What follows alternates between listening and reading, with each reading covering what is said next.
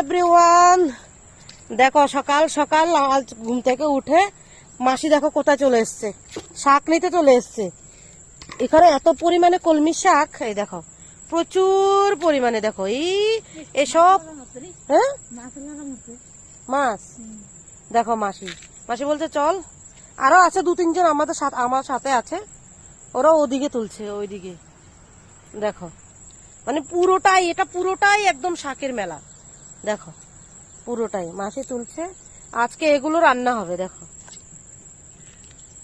এগুলো তো আমাদের ভাষায় কলমির শাক বলে, প্রচুর কলমির শাক, তা আমাদের পুজোতেও লাগে। হ্যাঁ ये बुढ़ा बुढ़ा है बिल्कुल, थोड़ी वो टाइप का हो ना तो बढ़िया लगता है।